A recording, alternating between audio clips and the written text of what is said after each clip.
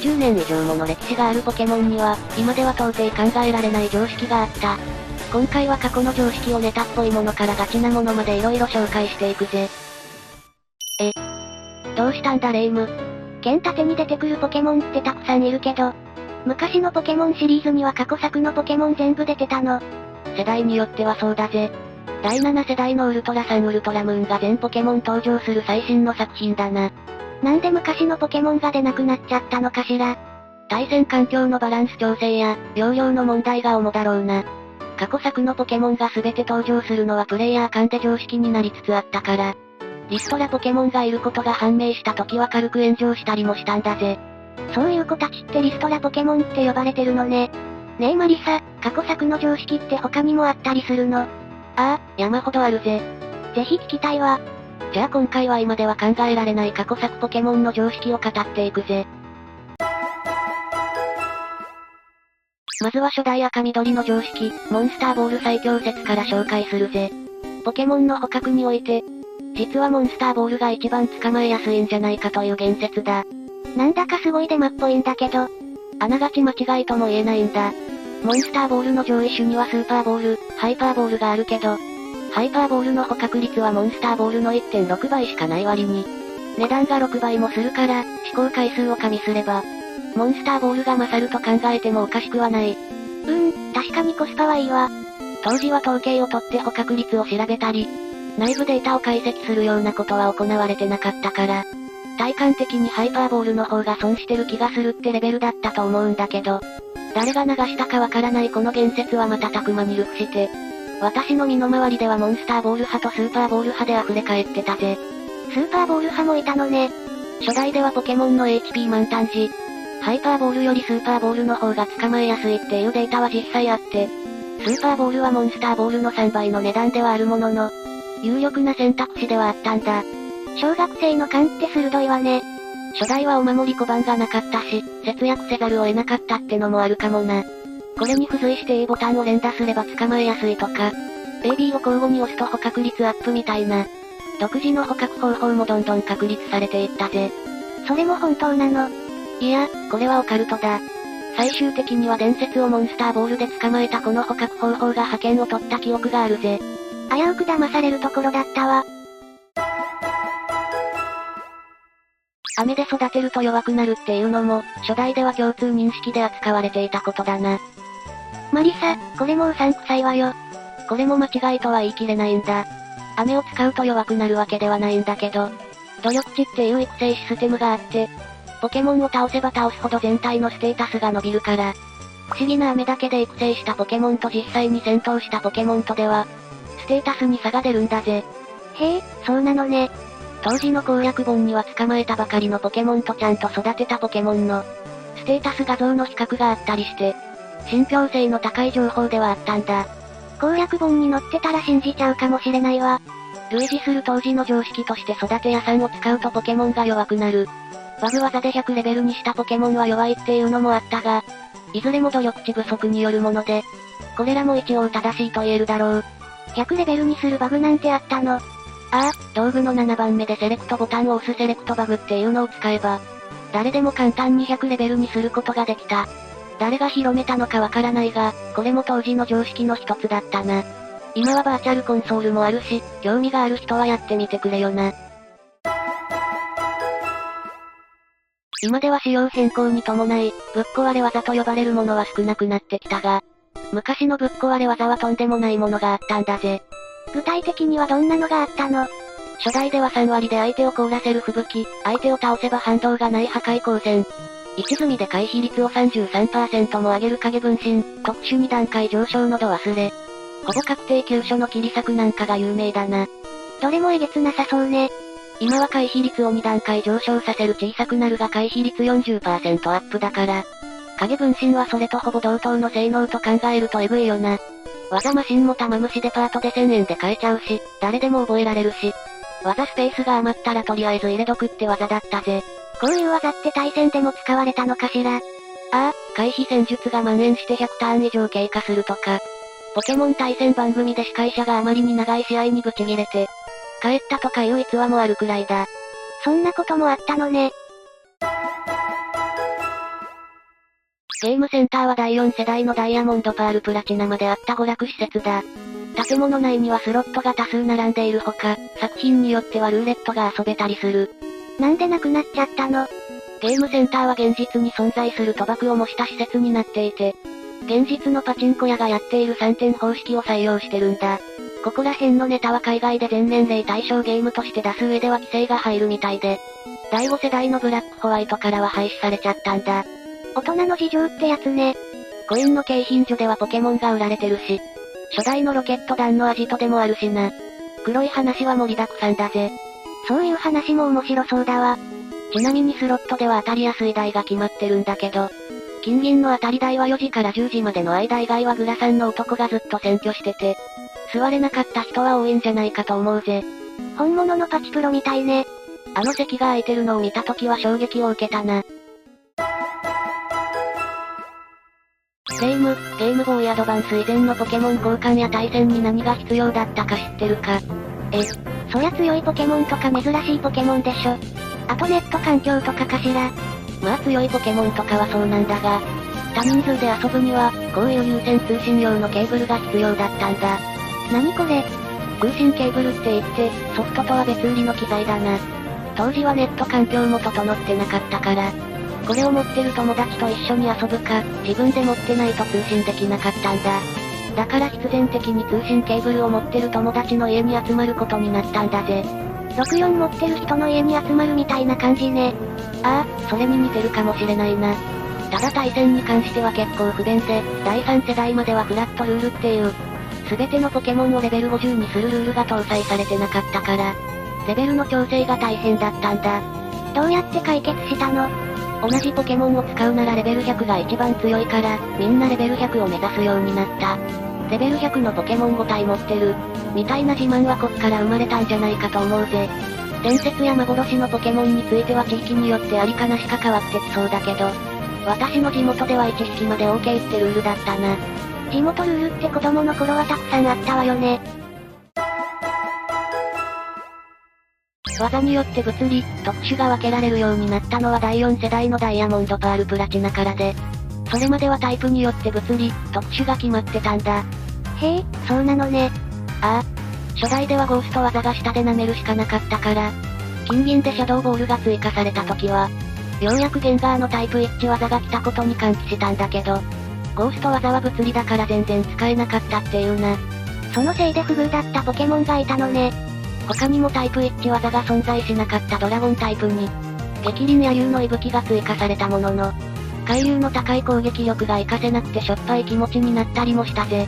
この仕様で得したポケモンっていうのはいないの？有名なのはフーディンだな。炎のパンチや冷凍パンチなんかは明らかに物理で殴ってるのに特殊判定だから。3色パンチサイコキネシスの技構成のフーディンは今よりも技範囲が広かったんだぜ。確かにパンチが特殊なのは違和感あるわ。3色パンチといえばパンチの鬼、エビワラーの目玉でもあるんだけど、こっちは低い特攻でパンチを打たなきゃいけなくてかわいそうだったな。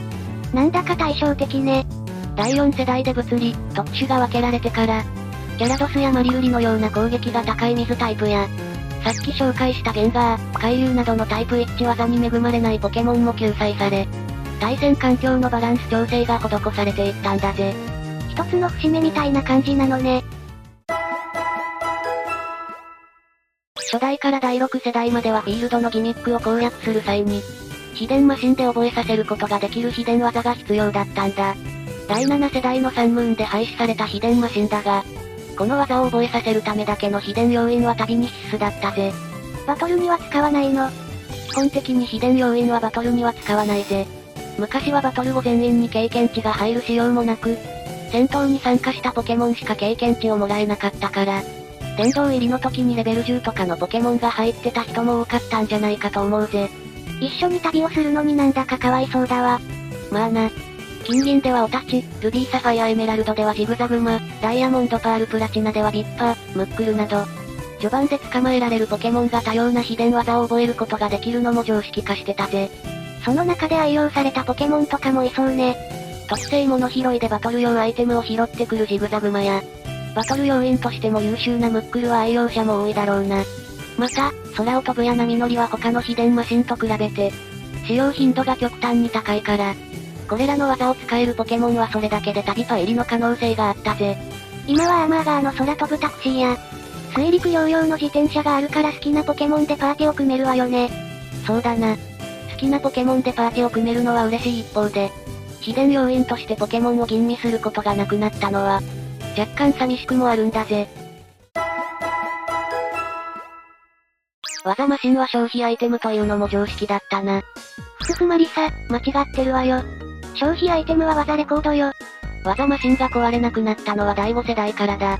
レイムみたいに剣立てから始めた人にとってはかなり違和感があるかもしれないな。ぐぬぬ。第4世代までは繰り返し使うことができない上に、一つしか手に入らないものも多かったから、どのポケモンに使うか悩みに悩んで、結局使わずじまいになることもよくあったんだ。そうだったのね。ああ。貴重な消費アイテムを使わないままゲームをクリアしてしまうプレイスタイルを、FF のレア回復アイテムからもじって、ラストエリクサー症候群って言うんだけど、技マシンでもまさしく同じことが起きてたんだぜ。私もレアなアイテムを最後まで使えないタイプだわ。レイムもだったか。これに付随して、技マシンがなくても自信とか強い技を覚えるポケモンは、ストーリー攻略要因として相対的に価値が上がったんだ。確かに自力で強い技を覚えてくれるポケモンって頼もしいわよね。寝ている間にポケモンを育てるのは、第3世代のルビーサファイアエメラルドで確立したテクニックだな。どういうこと？ルビーサファイアエメラルドで登場したフィールドギミック砂の坂を使うんだぜ。ポケモンを育て屋に預け、砂の坂前で、ゲームボーイアドバンスの十字スティック上方向に重りを置き、B ボタンにセロハンテープを貼れば準備完了だ。一体何が起こるの？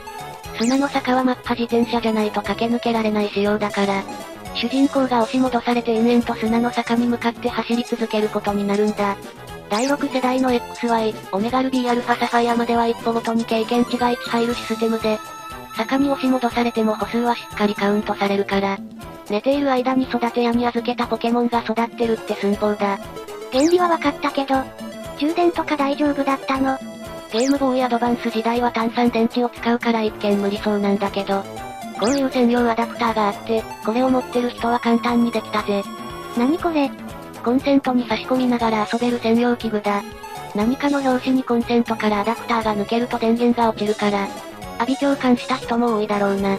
それは怖いわね。ちなみにこの育成方法では何を育てるの？野生ポケモンを倒さないと強い子は育たないんでしょ？ああ。この育成方法では主に対戦に使わないジグザグマに用いられた。なんでジグザグマ？特性物拾いはレベルによって拾ってくるアイテムが違って、高レベルになればなるほど豪華なアイテムを拾ってくるようになるんだ。それならレベルを上げる価値がありそうね。第4世代のダイヤモンドパールプラチナではゲームボーイアドバンスから DS に変わって、誰でも充電器を使いながらこのテクが使えるようになり、第5世代のブラックホワイトではライモン式のバトルサブウェイが炎上になってるから、砂の坂に押し戻されることなく無限に走り続けることができるようになってるぜ。シリーズによって少しずつ進化してきた技なのね。ああ。夜中にゲームをつけっぱなしにしてるのが見つかって、お母さんに怒られるまでがテンプレだ。第7世代以降の預かり屋では経験値が入らないから、これも昔ながらのレベリングだな。最後に紹介するのは過去作をやってる人が有利だ。これはポケモンユーザーの中でも、対戦ユーザーにとっての常識かもしれないな。まあそれはそうかもしれないわね。ポケモンのタイプ相性とか、昔に出たポケモンが覚える技とか知ってた方が有利になりそうだもの。いや、それもあるんだが、それだけじゃないんだ。どういうこと？過去作でしか覚えられない有用な技を覚えたポケモンを対戦で使用することができたから、そこで格差が広がったんだ。そういうことなの？ああ。有用性が高いロムは第3世代のエメラルド、ファイアレッドリーフグリーンだな。第5世代では進化の奇跡っていう、進化前ポケモンの防御、特防の実数値を 1.5 倍にするアイテムが出て、進化前ポケモンへの注目が集まるようになったんだが、